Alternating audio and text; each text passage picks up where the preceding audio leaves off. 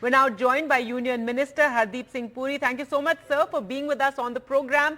So first and foremost, let's talk about the criticism that's coming for the budget from the opposition. Our regional leaders like Akhilesh Yadav, Mamata Banerjee claiming that there's nothing in it for them. And given the announcements for Andhra and Bihar, they're calling it a Sarkar Bachao budget. I would say, madam, that they should read the budget very carefully. So should also read what the Honorable Finance Minister says, and they'll come to the conclusion. Well, you know, when you talk about Purvodaya, that is eastern, coming from the east, Bihar is not the only state in the east. There are other states in the east which are affected and which will benefit.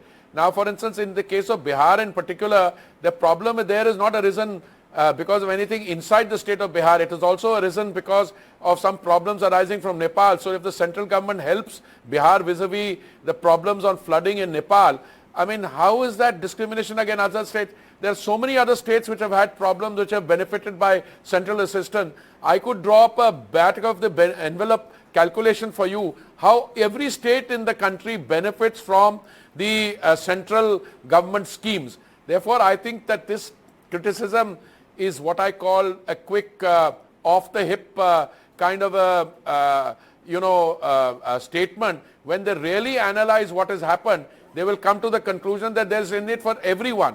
I mean, if Congress is criticizing Andhra, ask them, were they or were they not signatories to the States Reorganization Act in 2012? What happened at that point of time? They are signatories. If something is being done by our government now in pursuance of that, it's not only that, but we are interested in developing corridors, for instance, from Calcutta to Amritsar. Will West Bengal benefit from that corridor or not? Will the other nodes which will be created on that route, will they benefit or not? So I can give you the statistic. My sincere plea to all my friends in the opposition, read the budget, read the related documents, the annexure, and you come to the conclusion that you have to pick on some better point for criticism than this, because you will be laughed out of court if you only go on harping on this. Energy security was a focus in the budget, and what was very interesting, sir, was the announcement that the government will be partnering with private sector to set up small nuclear reactors. If you could tell us more about that. But you know, if when you talk of energy security, the energy is defined in the broadest possible term. Now, you know, we signed under the Congress government an India-US specific, India-US civilian nuclear energy deal. Then we also signed an India-specific safeguards agreement with the IAEA, and then we did some other agreement. But no commercial contracting took place. I'm not trying to sit here and pin blame on anyone. But the fact is, if you can now get some of your energy security issues sorted out through small reactors, that's a very good area for the government and for the states and for the private sector to explore. So I think we should welcome that development, as you should welcome the fact that we've done very well on biofuels. We are also making progress on biofuels. We have a global biofuels alliance. We're also doing things on green hydrogen. All these areas we are actually working and moving towards. Now, there was a lot of, talk of the economy and Viksit Bharat focus also on the new middle class. Though the larger middle class, sir, are complaining that not enough was there for them in the budget. There were no big bang announcements. No, I am a product of the middle class. I'm a very much a member of the middle class, and I'm always empathetic to middle class aspirations. But when you look at what the middle class is, you'll also realize that the middle class is, their issues are addressed in many ways.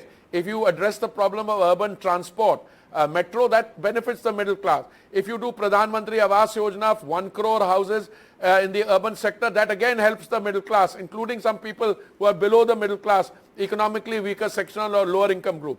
But it helps the middle income group also. If you do all these things, civil aviation, that helps the middle class. If you build more airport. But to begin with, if you are spending 11.1 lakh crores on capital expenditure, which you are increasing at 30% every year, again the beneficiaries are middle class. Then all these things are, now the personal tax element is one which I think gets a lot of focus, because a lot of people say tax relief should be more. Well, there is relief. For instance, the slab which was 6 to 9 lakhs has now become 7 to 10 lakhs. The one which is, 3 to 6 lakhs has become 3 to 7 lakhs. So there is provisioning there. There is relief. So there you provide relief to the middle class and you encourage the middle class in a number of ways. If you simplify the TDS, for instance, if you simplify the GST slab, that helps the traders.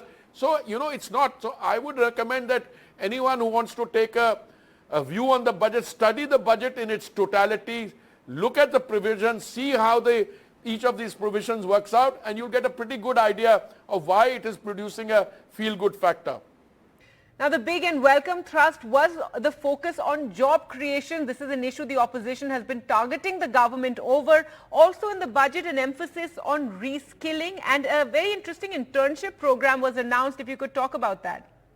I think it's a very innovative program. Apart from the announcement that you want to create 4.1 lakh crore jobs, you've done something else. You're going to give 1 crore of our youngsters an internship paid with a stipend of 5,000 rupees a month in 500 of our biggest companies. Now, the very exposure for 1 year for a youngster in a top class company itself is an education. And then you will help the company to finance this project through its CSR, which is corporate social responsibility. They can spend 2% of their profits on CSR. So this in itself is a very positive and innovative sign. Finally, sir, what has been appreciated even by the opposition was axing of the angel tax. No, that has been welcome. Yeah, this doing away with the angel tax on this thing, it's a very positive. There are many positives. You can draw up a long compendium of positives in that, and you come to the easy understanding why this is a feel-good budget.